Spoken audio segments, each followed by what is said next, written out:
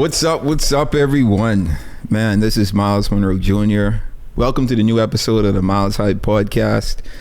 As you know, the vision and goal of this podcast is to always entertain, educate, and elevate you miles high above your fears, your doubts, and any limitations that you may think exist. Always knowing that those limitations only exist in your mind. All right?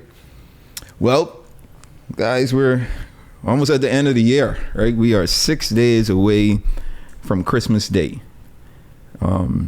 This is one of my favorite holidays. This is the holiday that I look most forward to. Growing up, this was a staple in the year for our family. Because this was when, our family got together. We enjoyed, great food. We enjoyed great fun. We played a lot of family games. This is something that I hope to carry on with my wife now and our future kids.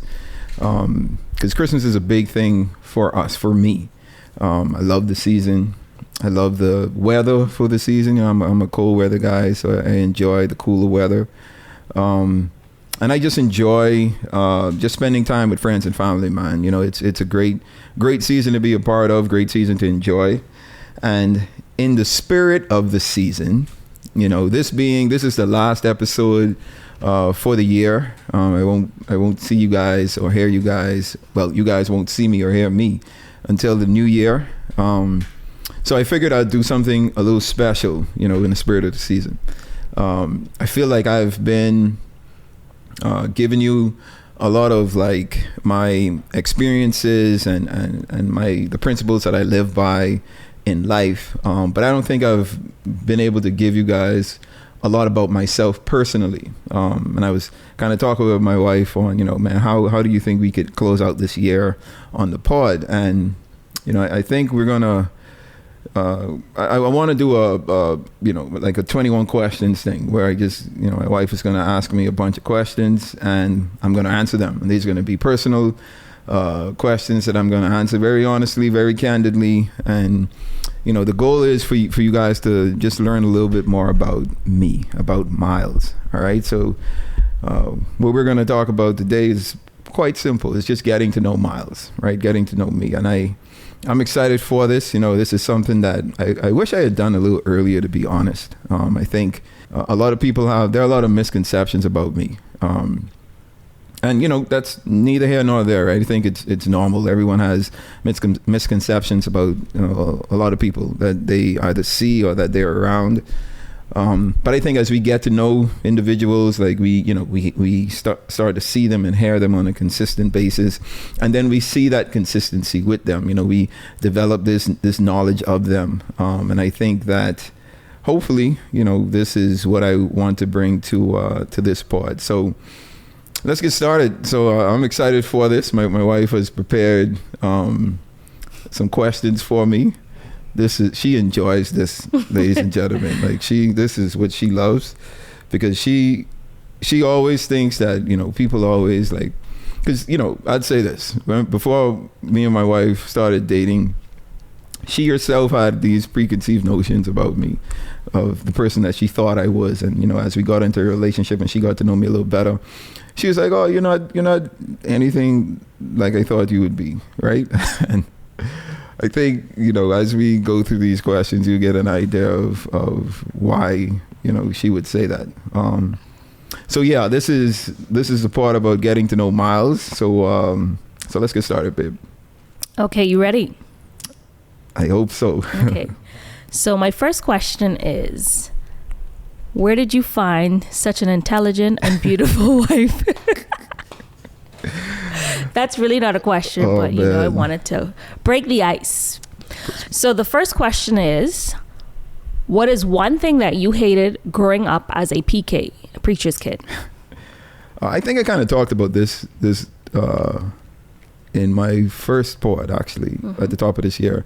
But I hated the expectations, man. It was just so much expectations on me as a pastor's kid, and in particular as Myles Monroe's son, right? And having his name, I didn't like the expectations. And I could remember specifically like when I turned 15. Like 15 was a turning year for me, right? Because that's when I made a conscious effort to say, or a conscious decision to be like, you know, I'm not paying any attention to what people think about me, what their expectations are. Like I'm gonna live how I want to live and do what I want to do, and that may come off as like negative, right? But it wasn't a negative thing for me. It was just me taking ownership of me, right? Not living for anyone or anyone expectations of me.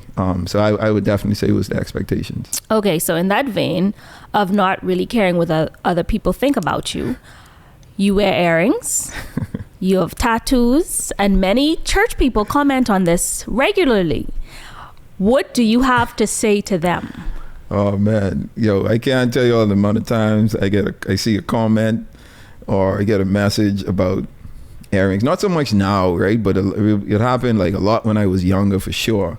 And, you know, maybe like, you know, 2-3 years ago, over the years, like people have been commenting, like if they would see me post something or whatever, they'd be like, oh, you wearing earrings, or oh, you got a tattoo, like that ain't godly or whatever, right? And I'm just of the belief that each of us have to sort out our own salvation, right? There's been these traditional ways of doing things that people tend to adhere to and think that if you're not doing it this way, or if you're doing something that they deem you should not be doing, that you're living outside of Christ, or you're not walking in kingdom. And I just don't believe that, right? I think, you know, through the years, like when my parents were young, going to the movies was frowned upon, right? But for my generation, going to the movies was like a normal thing. And I could remember like transitioning into like a teenager and wanting to go to the movies. Like my dad was a little apprehensive about the movies just because of like the perception of what movies were to them growing up. And I think it's the same thing, right? So, you know, men wearing earrings and having tattoos, you know, you may deem it as right, you may deem it as wrong. You know, the Bible says certain things about piercings and tattoos, but I think taken out of context, you know, it's you read it, or you can take it in the way that it wasn't meant to be said, right? Because, you know, if you look at tattooing and if you look at hair piercing, then you should look at, you know, shaving the hair in your face the exact same way. And I just believe that the appearance, our outward appearance, doesn't matter, right? I think God can use us to accomplish His will in any facet of our lives. However we look, whatever we've done, whatever our past is, you know, I don't think it's for us to judge. And no one out there is holier than thou, right? So let's stop all the judging people. You know what I mean? Like some earrings ain't gonna hurt no one. You know, having a tattoo ain't gonna hurt no one. That's truly how I feel. Those comments really don't bother me anymore. You know, I've been seeing them and hearing them for a number of years now, and I just understand that, you know, everyone just doesn't get it. So I think eventually, hopefully, we get past that. Okay, there ends the reading. Many people find you unrelatable based on preconceived notions. What are your thoughts on this? I can't control what people perceive of me, right? If you don't know me, if you've never met me and you have this perception of me, I could probably tell you that perception is 100% wrong. I feel like I'm a very easygoing person. I think you had some preconceived notions of me as well. I did. Before we started dating, and then once we started dating, you was like, you ain't that bad. You ain't as stuck up as I thought you were. Like, you really down to earth, pretty cool person. And you know, I actually get this a lot now. I understand how people perceive me a lot now, like in conversations with persons. Like, a lot of people think that, you know, being the son of Myles in particular, such a large figure in our country here in the Bahamas and globally as well, like they have this perception of like how I should or would carry myself, and you know, how I guess uptight I would be and unrelatable I would be. And then when they get to talking to me, like one of the more common responses is like, man, you're a super cool person, bro. Like, I wouldn't have thought you or pegged you to be like this down to earth. And I just laugh at this point, right? Because how would you know if you've never had a conversation with me? Like seeing me in a picture or seeing me do something in a formal setting really doesn't depict who I am, right? It's a part of who I am, but it's not who I am entirely. And I think, if we get to the point where we're not judging people based on what we see, but just based off of like how we know them and how they relate to us, I think you just make it easier for everyone to get along. Okay. So you did mention this, that people may think that you're stuck up. So we are going to say you're not stuck up, or is it that you're just shy? I'm definitely not stuck up. I'm a super shy person though. And I think that's a good thing to bring to the front, right? So like I get this, people say a lot of times like, bro, you don't look approachable. Like I always have this like, I guess this mean look on my face. I don't know. Like it's just, my mother used to have the same thing. So that's how I know like it's just a thing that I picked up. It's genetic, guys. I can't help how my face looks, right? I can't see how I look when you guys are looking at me. I try to be and look as pleasant as possible, but obviously that doesn't come across each time or all the time. But I'm definitely not stuck up. I am quiet though. And I like when I'm in public and, in a setting that I'm not like super comfortable in or familiar with, like I am a bit standoffish. So reserved? I'm reserved, 100% reserved. So that may be why people think that I'm stuck up. But, I'm not a big small talker. Like I'm not that type of person who like I'm able to hold a lot of small talk. I think holding small talks with like especially individuals that I don't know is tiring, right? It drains me like with energy and stuff. Like I am so, oh my goodness, like y'all don't understand how draining small talk is. I am drained having small talk with people that I know. So imagine persons that I don't know. But that's not to say like I don't have small talk. I do enjoy it. It's just like at some point like let's just stop talking. Like we ain't got to talk for a straight hour, right? We could talk for 15, 20 minutes and then we could break. But I'm not stuck up, guys. At least I don't think that I am. I think I'm super relatable.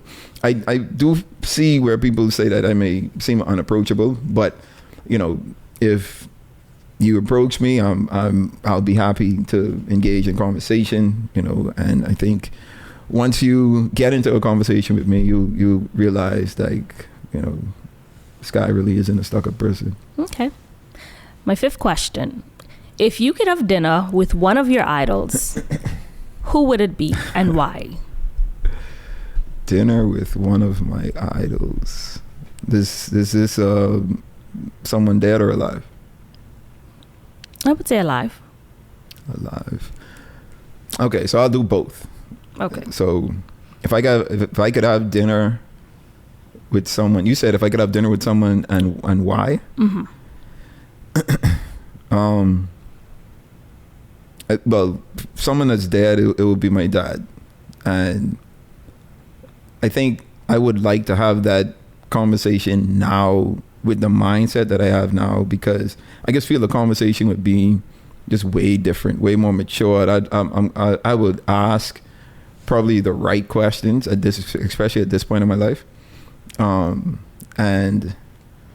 I just think that it will do a lot for me personally. And that's imagine that he wasn't dead or didn't die the way that he died. Just being in the mindset that I am now and being able to have a conversation, I think would be good. Someone that is alive, I would say, I think LeBron would be a good person to have dinner with. And here's why, right? I am intrigued about the length of LeBron's celebrity, right? How the length of time that people have known about LeBron and the way that he's been able to compose himself all these years from a teenager, right? LeBron became popular like when he was 16, 17 years old. He's about to turn 39 at the end of this month. And he's been sort of even keel over these years, right? Hasn't really said anything outlandish, over the years. Well, obviously some people would think that he did, but I think for the most part, like, he's been a real, like, normal could be person, right? Hasn't done anything drastic, hasn't gotten strung out on drugs, has always been focused on his career and bettering himself and the teammates around him. And I'm just in awe of having all of that influence and power and not taking advantage of it, and him not having a father in his life. I think it says a lot about the type of person that he is. I would want to just sit down and ask him, like, yo, where did this come from, bro? Like, where did you get these morals, these ethics, and the principles that you live by? Like, how did you develop them as an individual? Because, I know he had a lot of father figures in his life, but, we see a lot of individuals that, come along the same journey or similar journey that LeBron has had, but didn't turn out the way that he turned out. And that just shows that he is a special individual. And I think just, being able to get an insight on that aspect of his development and his makeup, I think would be pretty cool.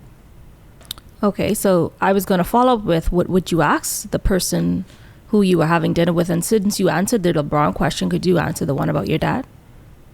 Like, what would you ask your dad, or you don't want to? What wouldn't I ask my dad? One question. It's not one question I would ask my dad. It would be a million questions at this point. Just one for this show. I just, what would I ask my dad? How am I doing was just too obvious, right? Like, how am I doing? Okay. Like, what does he think I'm doing? I think that's way too obvious. Obviously, that would be one of the questions. But you know what? I think I'll ask him, did he know? Like, did he know, or did he have an idea of, your like, potential? Yeah, this mindset that I have and the skill sets that I'm kind of coming into at this point, because I didn't see it back then. All of this didn't come along until he passed. And I think it came along because he passed, right? It pushed me into kind of being this person that I am now. Okay.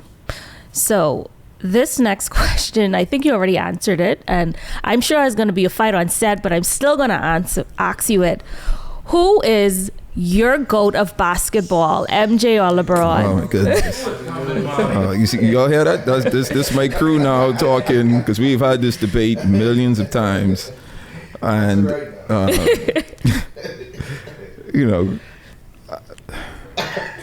at this point,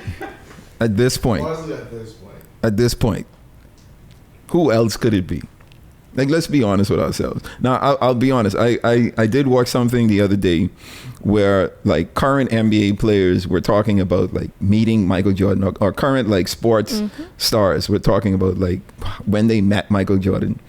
And it's, everyone says the same thing. Like, he still has this mystique to him. Like, you see him and it's like, man, you don't think it's him. Like, he's glowing. Like, my wife and I saw Mike this summer, right? We were at one of the resorts here in the Bahamas, and he was walking through as we were walking through, and like I saw him, recognized him, but I didn't. It's Mike, right? I feel like Mike is a human just like everyone else, not taking nothing away from, like, what he's done, what he's been able to accomplish. I think he's a great individual and all of that. But I just didn't see, like, the mystique. So as I was watching these NBA players and these celebrities talk about it, I looked at my wife and I was like, "Yo, did you have this experience, like, when you saw Mike?" And she was like, "Yeah, a little bit." I did. It's just the Bahamian in me didn't want to, like, go extra, but I was like, "Oh my God, that's Mike." It was a mystique. It was a glow. It was all of that. So I think that's the difference maybe that Jordan has over Mike. He still has a sense of mystique to him, but I think that's because we're able to see LeBron all the time, right? Online, I've watched him play a bunch of times, so we know a lot about LeBron in his life, right? Because he's allowed us, and Mike really hasn't done that. So I think seeing him you still have that emptiness to, man, who is he? Who is this great NBA player? But for me, I want to say, y'all think I ducking this question? I ain't ducking this question. I guess I had to kind of get there. It's okay. My goat officially, you know, I'm gonna go on record to say my goat is LeBron James. And I've even though I'm it's a okay. big, That's no, enough. I'm just saying, Stop right there. even though I'm a big LeBron fan, I've always said Mike was the GOAT, like still the GOAT, because Mike has a certain mentality that I haven't seen anyone with. Maybe Kobe was the closest, but Mike was different. Mike was a different beast. But I think this season, like what LeBron is doing at 39, at 38, about to be 39, yo, he's the GOAT. He's the GOAT. Wizards Jordan didn't do it, so. Couldn't do it, not didn't. Because he tried. Jordan tried to do it, but he couldn't. Right? Again, not taking anything away from Jordan, but I think Bron is my GOAT. That was a long way around getting to my GOAT. I apologize for that. It was. I apologize. I wonder why. Moving on. This is a more Bahamian-y question. You probably are gonna have to break it down, but this question is: are you a tingsy person? Oh my goodness. Okay, so for my non-Bahamians out there. So tingsy, spelled T-I-N-G-S-Y. It just means like you're. You like things. You like things, guys. Yeah. It's things, or like you're a materialistic person. Am I tingsy? I mean, no, I don't think that I'm tingsy. Right? Me and my wife have this conversation. You look like different.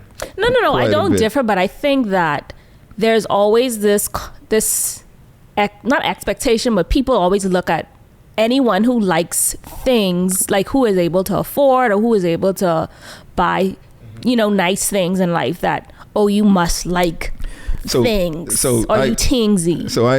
So my wife and I were having this conversation, recently, and I asked her, like, so how would you define like tingsy? Like, what would make you think that I'm tingsy? And her response was, because I look nice. No, and that's like, that's the way people perceive it, in my opinion. That's what I said. That's what she Just said. because you dress a certain way, you carry yourself a certain way, people have this not expectation, but, oh, he must be tingsy because he puts himself well together, he has nice shoes, he looks nice, this and this and this. That's weird to me. I mean, it's just humans. But I don't think I'm tingsy. Do I like nice things? Yes, I do. I definitely do like nice things. And nice things don't have to be expensive, right? Exactly. Like financially, it doesn't have to cost much. I just know how to put things together. Like I think I'm great at putting fashion together, like my clothes together. Like even my friends just be like, bro, like how you even think of this or why you do this? Like I got some friends who's be like, yo, just when you buy something, buy two and ship one of them to me. Like, you know what I mean? Because I pride myself in how I present myself. So I'm always conscious of like how I look. So if that makes me tingsy, then maybe I am tingsy. That's just weird to me because I look nice. People think I tingsy though. I would think tingsy, now there it is, but wouldn't tingsy means you jeopardize your quality of life to have something? So that's I don't think so, because I think that there are people. Let me say what he said, because he wasn't on mic. So he said, wouldn't tingsy be more on the line of jeopardizing your quality of life to look a certain way, or to obtain like certain things. So for example, like women are considered tingsy because. Sometimes are considered tingsy because like they would do a whole lot to get things from men, right? Whether that's, presenting themselves a certain way or doing promiscuous things to get these things. Like that's kind of my perception of Stick tingsy. a pin in it, because men do the same thing. Yes, don't just say women. Yes, babe. Thanks. Absolutely. You're right. Didn't mean to single out a certain gender. No, because don't be singling out the ladies. No, I'm saying though, like you're right. It's just like when I view things as like you're always like showing what you have and flashing what you have. Like that could be tingsy to me, or like you do things that you wouldn't normally do, or that isn't normally done to acquire things. Like I feel like that's tingsy. I don't. Liking nice things, I don't really define that as tingsy. My comment too is when people bring up the issue of someone being tingsy, I take exception to it because I feel like that's always done with black people. We never call different races tingsy when they like or want things. It's just why these black people like this or wear this or this or that. But I mean, but you know, that's a whole different. No, that's a different. But I'm just saying, like, only black people. But there's a reason. I feel like there's a reason why black people carry themselves a certain way when it comes to like being able to acquire things, and that's because we never had the opportunity to have these things, like historically. So now that we're able to like get these things and purchase these things, like we want to show it off, and everyone is called like I hate when like I understand where society comes from saying like, oh, black people is overdo it, but when you ain't had it, like exactly, you gotta enjoy it, right? And however you want to enjoy it is up to you, right? So wear your things. Yeah, wear your things, guys. If you want to get things, nice things, you like nice things, you get it. But how you get it is a different story, right? I allow you all to figure out and choose how you want to get it. But as for me and my house, we can buy our things. My next question, connected a little. How many pairs of sneakers do you own? Oh my goodness. Okay, so from I've known myself from high school, I've been a sneakerhead, right? So the amount of sneakers that I have now, you want a number or like? I mean, no, just I don't have half as much sneakers as I used to have. Like I used to have like buku amount of sneakers, like crazy amount, like ridiculously large amount of sneakers. Like at some point I'd been like, all right, you're running out, Jar. Like, come on, like what are you doing, bro? But I have quite a bit, but now like the sneakers that I have now, because back then I had a lot of sneakers that I like never used to wear. I just used to like covet them and be like, yo, these are gonna be like worth a lot in the future, whatever, which they are. But you know, I got everything I have, I wear. I don't want to know if I want to say how much I have, but I have quite a bit. I have more than 2. Speaking about coveted, what is the most coveted pair of sneakers you have? And I know it ain't the LeBrons. I don't have much LeBrons, to be honest. I sure you got a Jordan or 2 in there. Yeah, I got quite a bit of J's. My most coveted pair would have to be my Jordan Infrared 6s. Those are my most favorite sneakers. Jordan Infrared 6s. I don't know what that is. I'm sure you know. My sneakerheads know them. All right. So, what does Myles do to unwind? If I'm not cooking, I'm traveling. Yeah, and or I'm in the gym. Those 3 things help me to unwind. I love to travel. I think traveling is just one of my vices. Something that I would always take advantage of if I'm able to do. So yeah, traveling, cooking, or I'm in the gym. That's what I do to unwind. Where is your favorite place to travel and why? So New York has to be mentioned, you know, as one of my favorite cities to go to. But I think South Africa is one of my most favorite places to go. I just love the culture. I love the difference in the different cultures you could get with Johannesburg versus Cape Town versus Durban, you know, versus another city within Johannesburg. You know, you just get a large variety of different experiences and cultures when you're in South Africa. So I think, if not New York, definitely South Africa. Probably my most 2 favorite places to travel. Okay. What is your favorite meal and why? My favorite meal? I don't know if I have a favorite meal. Seafood is my favorite food to eat. So I think anything involving seafood, you know, be it fish, be it, you know, some type of shrimp. I'm not too big on like lobsters or whatever, but I think seafood, if I could eat seafood for the rest of my life, I'll be fine. Okay. My next question is, what is your favorite Bible verse? My favorite Bible verse.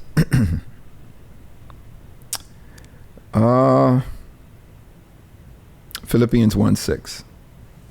Philippians 1:6. And I'm not going to read it because I want you, if you want to know what the verse is, I want you to open your Bible and go find out what that verse is.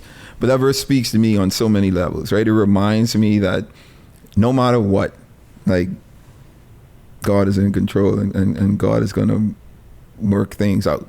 So Philippians 1:6. Okay. What was your biggest mistake or regret in life thus far? Ooh, good question. Man,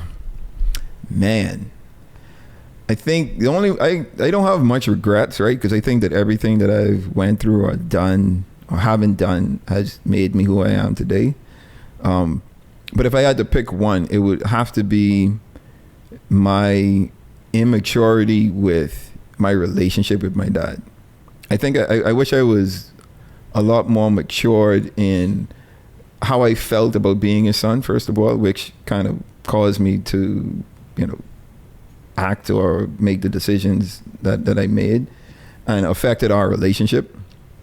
But, we got to a place where we had a great relationship, but I wish that I wasn't as stubborn and was just accepting and open with, being his son and him wanting the best for me, right? And just being the father that he was, and really understanding, like, now I'm able to understand, like, what he was doing and how he was trying to raise my sister and I.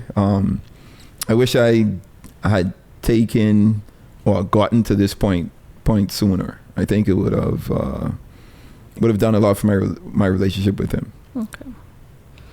My next question is, with your passion and love for community work, do you see a future in politics for yourself? Yeah. I mean, if I wouldn't be against it, right? I don't like politics because I think politics comes with so much, so much fakeness, right? You have to present yourself a certain way or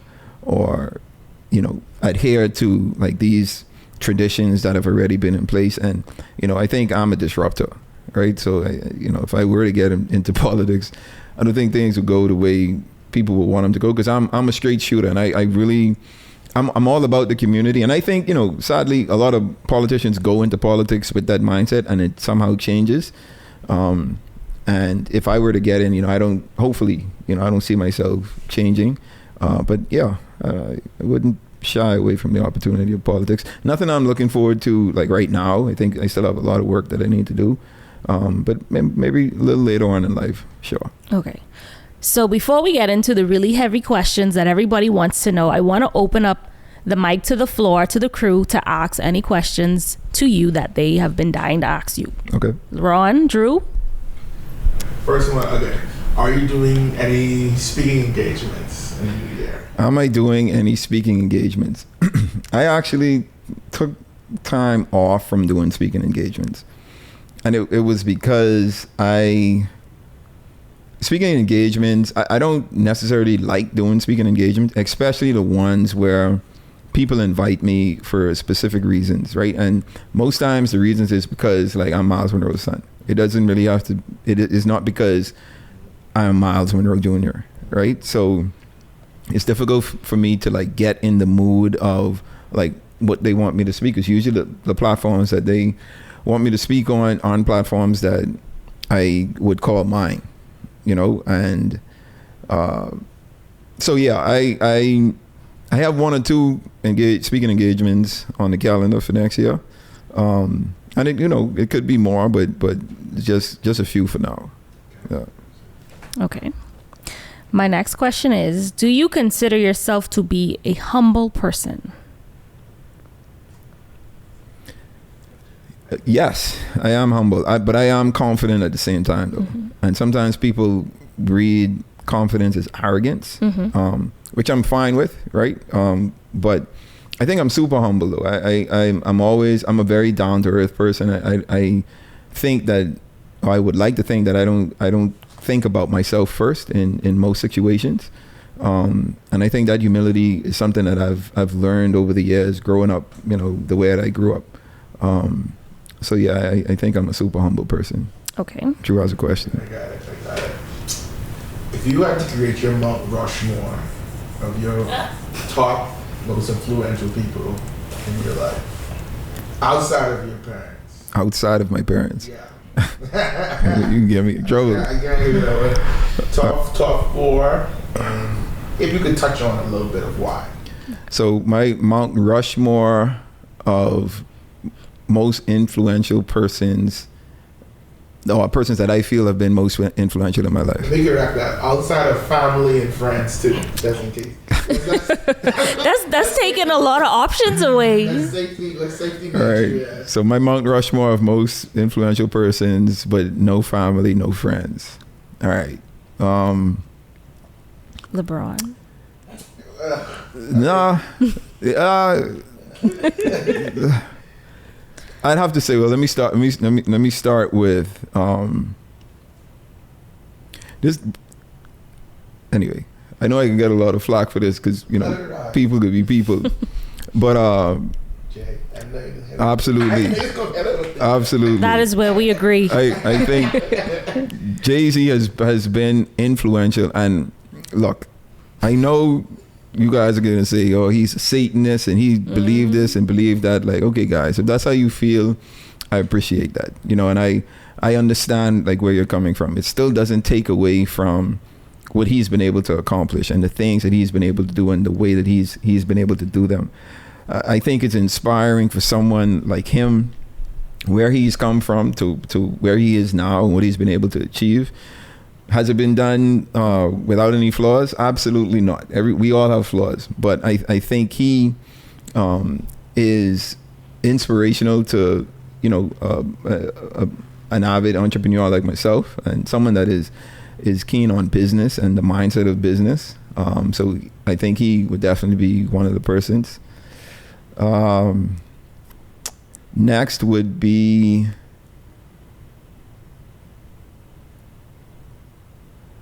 Man, it's so many, to be honest. But I only could give 4.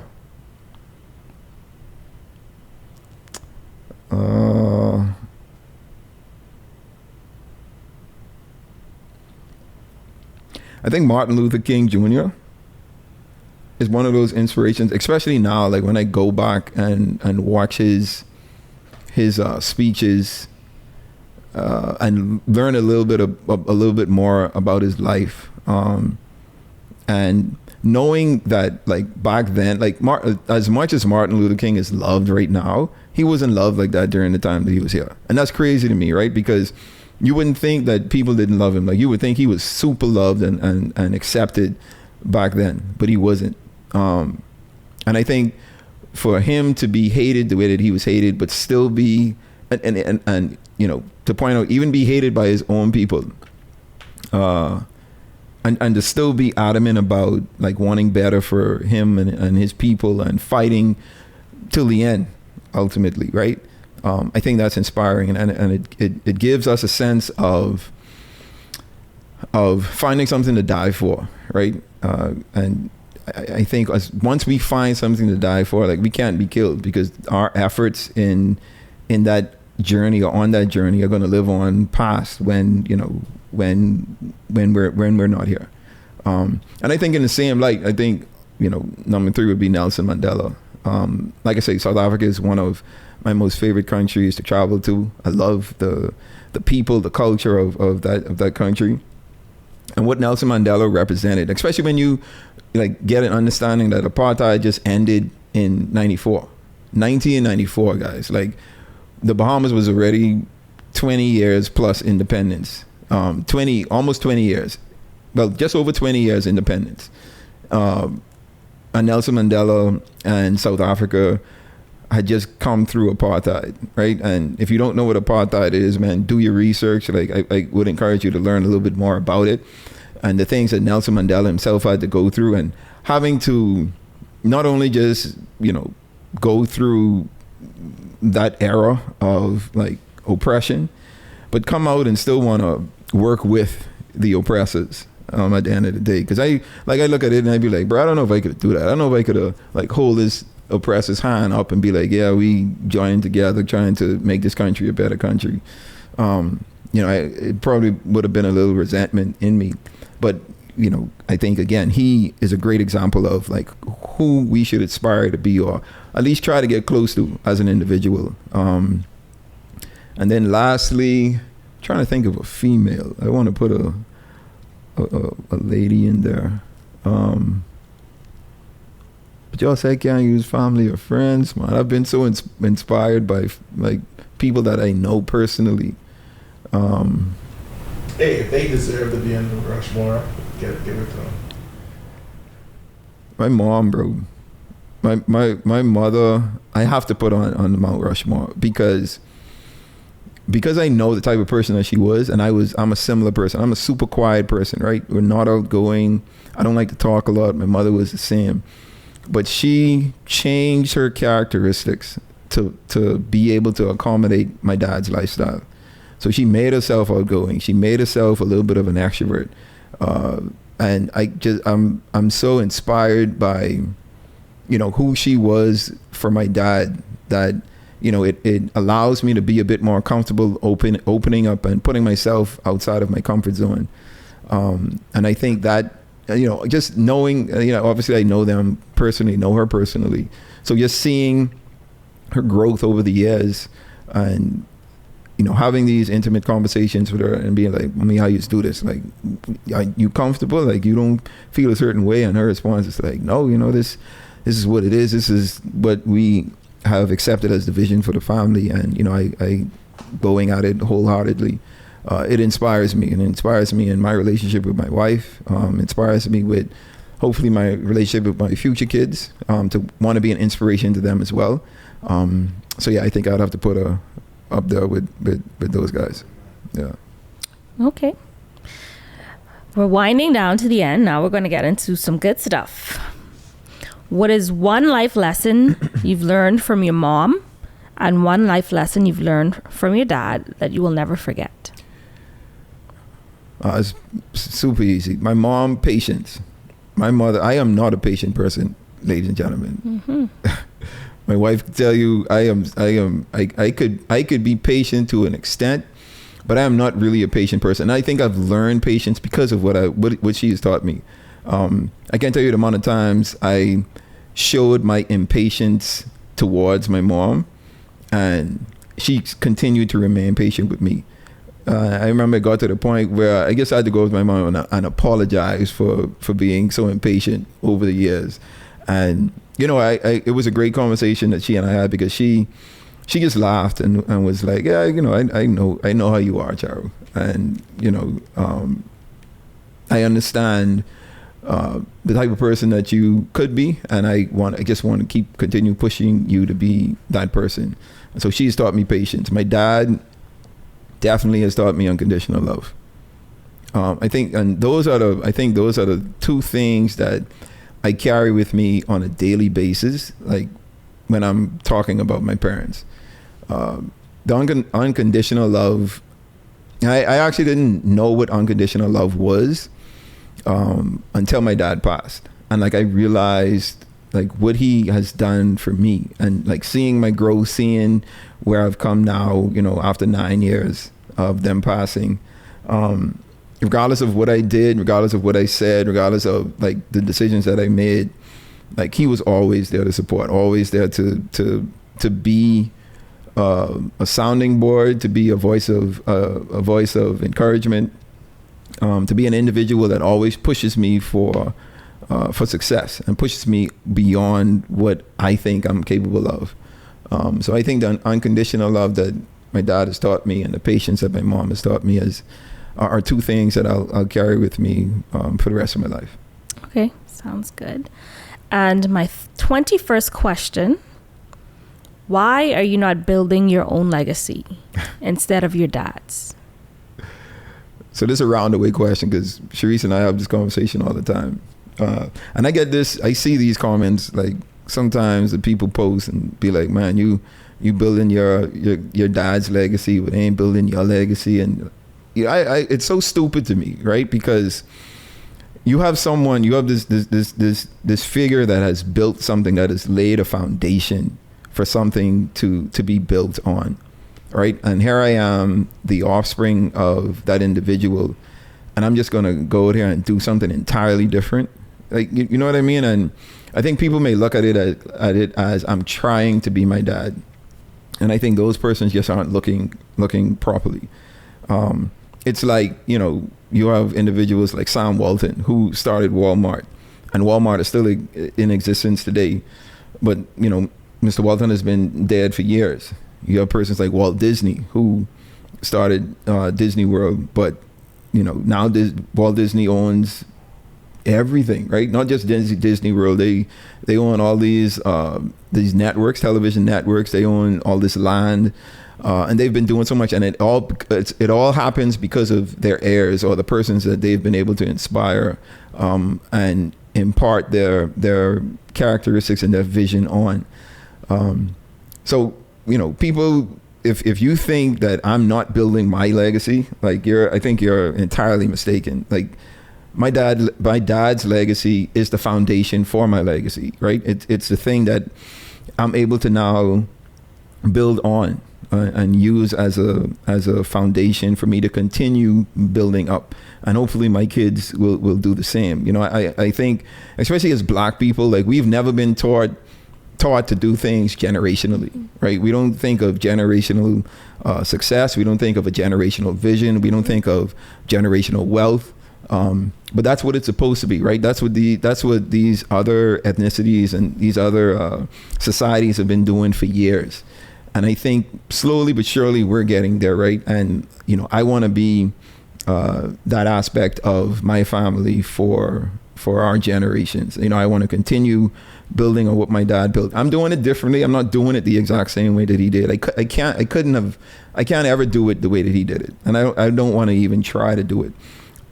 But I am definitely building a legacy for myself. And in everything that I do, you know, this pod is a legacy for me. Everything that I'm working on and building right now in my businesses, whether in my professional life or my private life, is a part of my legacy. And I think just because I'm not building a legacy that you may want me to build, or you may want me to build, or the legacy that you think or it appears that I'm building, right, or trying to be my dad, that's definitely not what it is. You know, everything I'm doing because I want to do it. And if you know me, you know I'm the type of person that I'm not going to do anything that I don't want to do. So if I'm doing it, it's because I enjoy it. It's because it's a part of who I am, and I'm having fun on this journey. Awesome. So that is a wrap on 21 questions. Is there anything else that you would like to share with us that we may not have asked? No, I think we covered a lot. I do want to say that we could do this again. So if there are any questions that anyone may want to know, you know, after you listen to this pod, put your questions in the comments, or you can shoot me an email with your questions, and we'll definitely add them to the list for round 2 when we do this. All right. Maybe we'll do that one live. No, we ain't doing that live. We can screen the questions, maybe, because people just be asking some wild questions. Obviously, we will. Nah, but this was fun. You know, the point of this was, you know, we're in the holiday season. I'm in the holiday spirit, and I just wanted to give people a little insight of, you know, who I am. You know, sometimes you see me or you hear me, and you may have this perception of you. But every time that I speak, I hope to kind of give a little bit of myself in everything that I say. All right. So this was fun. I want to thank my wife and my team for assisting me with this pod, and, you know, assisting me for this year. This has been a fun ride. I'm going to take a break for the holiday season, so I want to wish everyone happy holidays, Merry Christmas. When the time comes, Happy New Year. You guys continue to be safe. And, you know, like I said on my last pod, like, let's get to planning. If you haven't started, hopefully you've started planning for next year by now, right? But if you haven't, you still have about 2 weeks left to get the planning done. So let's be intentional about trying to be successful over the next 12 months. But this has been fun. Again, thank you, baby. Appreciate it. You're welcome. Do you want to tell me? Yes, it was. Oh, man. You're welcome then. No, this was fun. But as always, the goal and purpose for this pod is to entertain, educate, and elevate you miles high above your fears, your doubts, and any limitations that you may think exist. Always knowing that those limitations only exist in your mind. All right? Until next year, until next season, you guys continue to be blessed.